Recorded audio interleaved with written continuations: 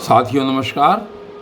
और कल की वीडियो में आपने सुना कि भगवान श्री कृष्ण ने बताया कि मनुष्य को जो अपने सभी कर्म हैं, यज्ञ, दान और तप, इन कर्मों का त्याग नहीं करना चाहिए।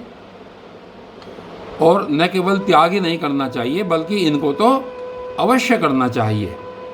और उसके उपरांत उन्होंने बताया कि अलग अलग त्याग अलग अलग प्रकार से किए जाते हैं।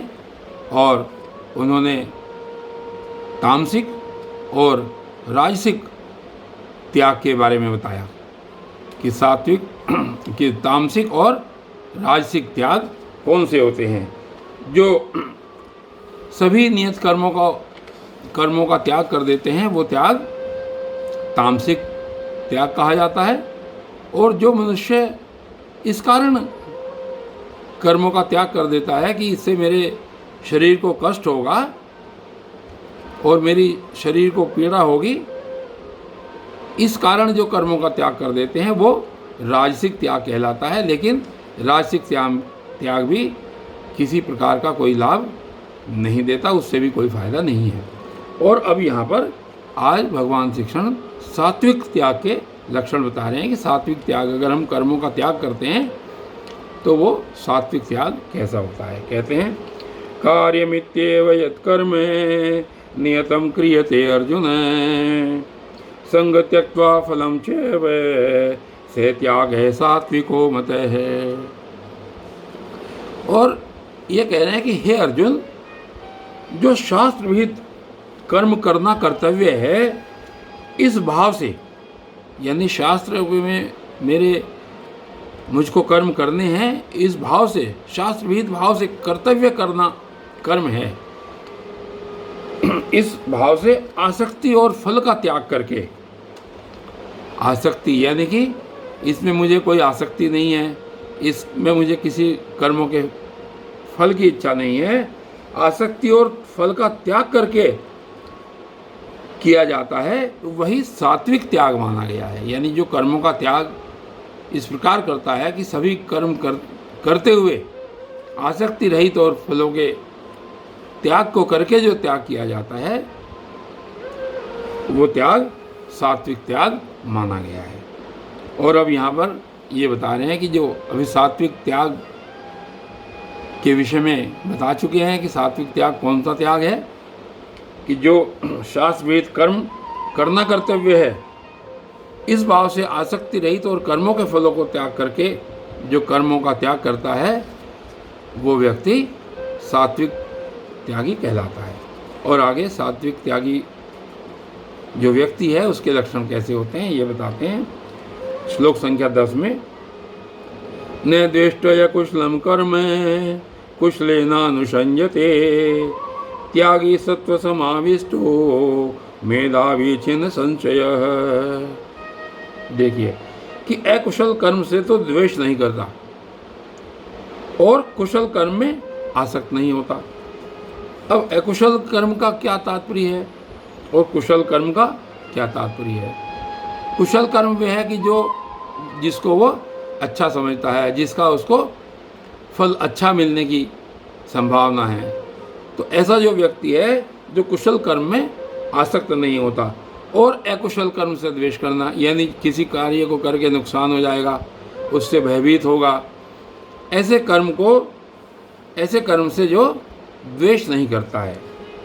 तो अकुशल कर्म से द्वेष न करना और कुशल कर्म में आसक्त नहीं होना, ऐसा जो शुद्ध सत्व गुण से युक्त पुरुष है वो संशय रहित और बुद्धिमान है।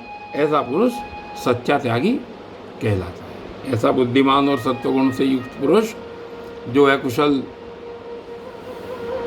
कर्म से द्वेष नहीं करता और कुशल कर्म से आसक्ति नहीं रखता, कुशल कर्म में आसक्ति नहीं रखता, ऐसा बुद्धिमान पुरुष सच्चा त्यागी कहलाता है।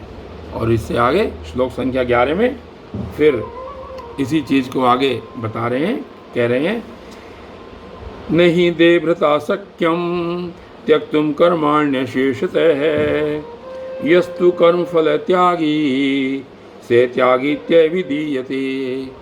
और कहते हैं कि क्योंकि शरीरधारी किसी भी मनुष्य के द्वारा, यदि कोई भी मनुष्य ऐसा है कि जिसने शरीर धारण किया हुआ है, किसी भी शरीरधारी मनुष्य के द्वारा संपूर्णता से सब कर्मों का त्याग किया जाना शक्य ही नहीं है।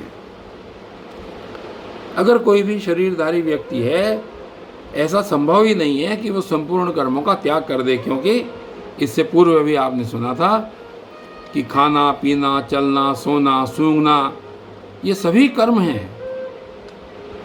तो किसी भी जीवधारी के लिए यह शक्य नहीं है कि वो समस्त कर्मों का त्याग करे। तो इसलिए जो कर्म फल का त्यागी है, जो कर्म फल का त्यागी है, वही त्यागी है, यह कहा जाता है। यानी कर्म करो लेकिन कर्मों में आसक्ति न रखो, कर्म के फल का त्याग करो। तो जो कर्म के फल का त्यागी है वही सच्चा त्यागी है, ऐसा कहा जाता है। और फिर आगे श्लोक संख्या 12 में देखिए क्या कहा। अनिष्टमिष्टम मिश्रम चे त्रिविधम कर्मणे फलम भवत्य त्यागिनाम प्रेत्य न तु संन्यासिनाम कचित। और ये कहते हैं कि कर्म फल का त्याग न करने वाले मनुष्य की, अब यहाँ पर बात आई कर्म फल के त्याग की। कर्म तो करने हैं लेकिन कर्म के फल के विषय में, कर्म के फल के विषय में कहते हैं कि कर्म फल का त्याग न करने वाले मनुष्य के कर्मों का तो अच्छा, बुरा और मिलावा, ऐसे 3 प्रकार का फल मरने के पश्चात अवश्य होता है। किंतु कर्म फल का त्याग कर मनुष्य के कर्मों का फल किसी भी काल में नहीं होता। इसका तात्पर्य ये हुआ कि यदि कोई मनुष्य कर्म फल का त्याग नहीं करता, यानी कि उसको कर्मों के फल की इच्छा रहती है, तो ऐसे कर्मों का जो अच्छा, बुरा या जो मिश्रित फल है वो मनुष्य को मरने के पश्चात अवश्य प्राप्त होता है। किंतु अगर कर्म फल का त्याग करके कोई भी कर्म किया जाए तो उसका फल किसी भी काल में नहीं मिलता है।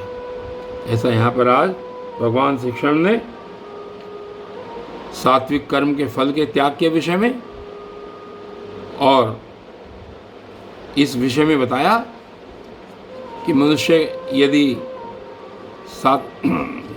मनुष्य यदि इच्छापूर्वक कर्म करता है तो उसका कैसा फल मिलता है, और यदि कर्म फल की इच्छा के रहित होकर के कर्म करता है तो उसका कैसा फल होता है। और आगे की वीडियो इसी प्रकार इस गीता पाठ के अंतिम अध्याय की चलती रहेगी। तब तक के लिए धन्यवाद।